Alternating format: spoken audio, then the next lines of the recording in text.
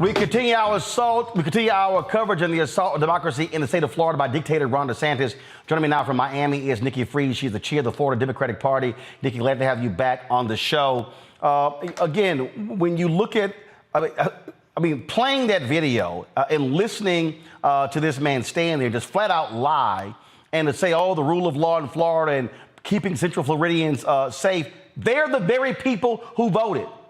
They voted in the exact same election where he got reelected, and they voted for her. They rejected the person who he endorsed. So they wanted the person who they put in office. That's right. And this is a true assault on democracy. And let's also be really realistic here. He targeted her. It wasn't like the community, came to him with all of these complaints. It wasn't like law enforcement were coming to him. He intentionally targeted Monique. He asked for public records requests of all of her cases and trying to make an example out of her. And the reality is that the people in that central part of our state wanted Monique and wanted her policies. And as a past public defender, you wanted a state attorney that was willing to work in the communities and understand that this is a partnership in protecting our communities. It is not one way or the highway. And this is a direct attack on democracy. And this is why we're fighting back here in our state against this guy. And not only that, this is, okay, losers lose. That's the real deal. Losers lose. You don't get to lose and then go, okay, you know what? Screw it. I'm going to throw off the winner and then bring in the person of my own liking, including the person who she crushed.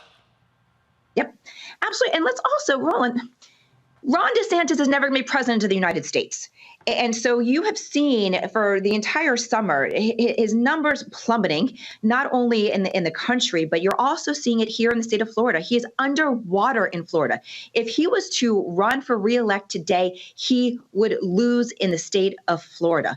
And he's running for president, just how he's governed, for white America. Let's be realistic about what is happening here. He is trying to get another headline and trying to show that he is, strong and aggressive on law and order, when all he's doing is trying to distract all of us against what's happening on the national level and the fact that he is losing his election, that he cannot compete with Donald Trump. And so he comes back home. He's only in the state of Florida for 24 hours, and it's an assault on democracy. In fact, I'd rather him stay on the campaign trail because the more he's not here, the better opportunities is for us here in Florida to organize and to make sure that we are taking back our state.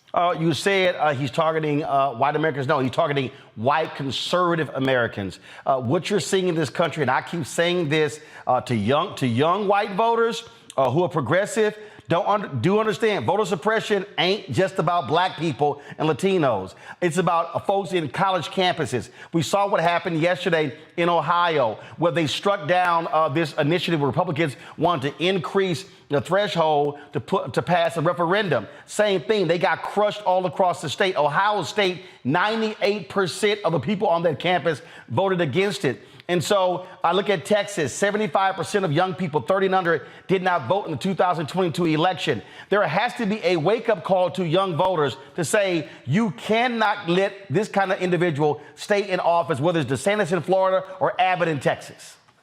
Yeah, absolutely. And I think that that's what's happening. We've created a generation right now that is the most pissed off generation, rightfully so.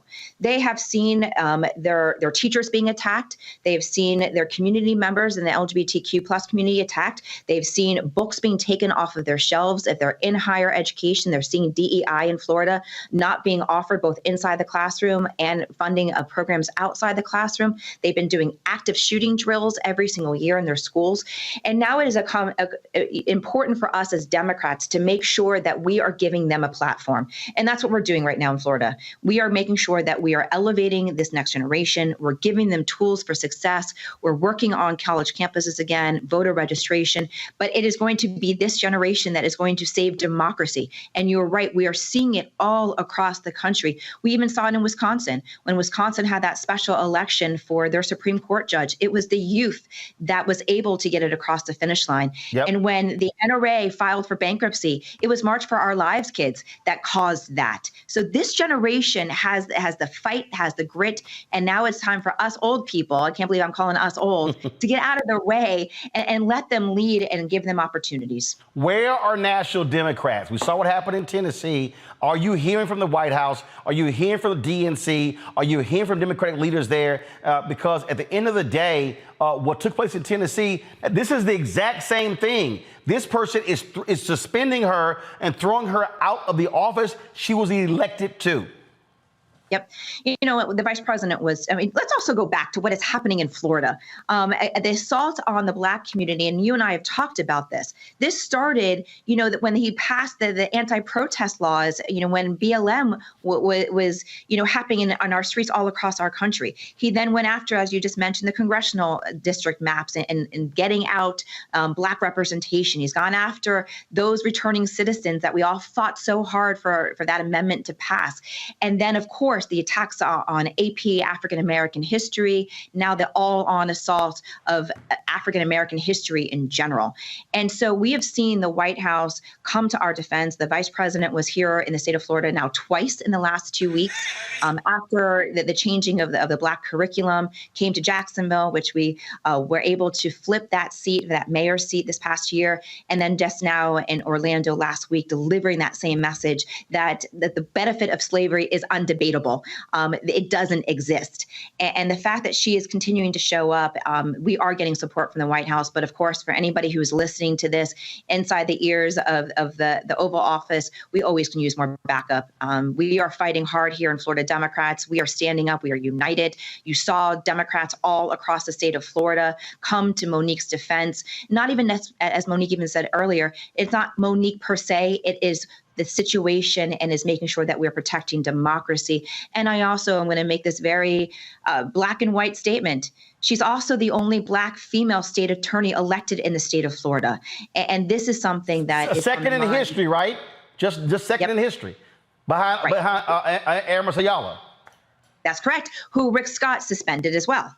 If you remember that she was suspended because she refused to ask for the death penalty. Again, something that she campaigned on and was elected overwhelmingly in this community. And so this community has the right to get elected people that represent their community. That is the whole point of local government.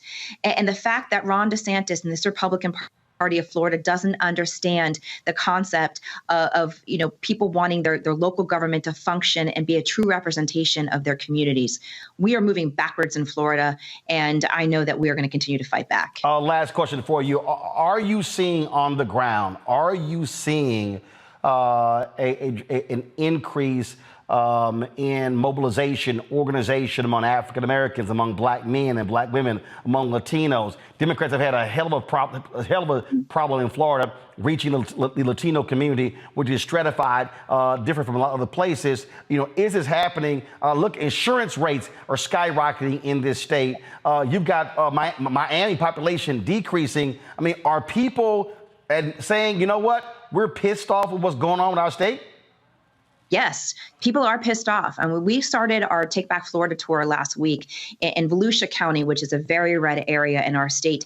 Over 150 people showed up to our Take Back Florida tour. We then went to Orlando, Seminole County. Today, we're back in Miami-Dade, and we're hitting the ground. And people are coming to these events, energized, excited about opportunities to volunteer, to make sure they're going back onto the doors. We are even in Miami Gardens today, which is one of the largest Black percentage of the demographics there.